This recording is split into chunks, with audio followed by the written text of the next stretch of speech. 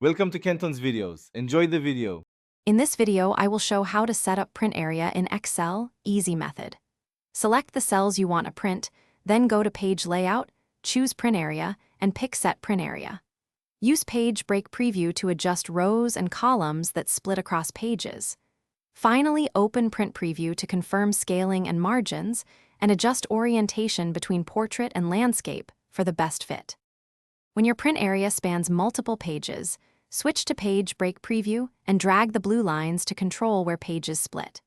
You can insert or remove manual page breaks from the Page Layout tab for precise control.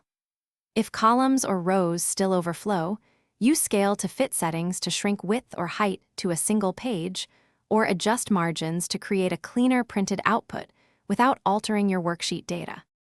Add headers and footers from the Insert menu to include titles, dates, or page numbers that show on every printed page.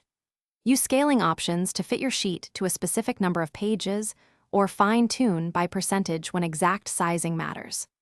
Always check Print Preview to confirm headers, footers, margins, and spacing so you avoid wasting paper and get the layout you expect before sending the job to your printer.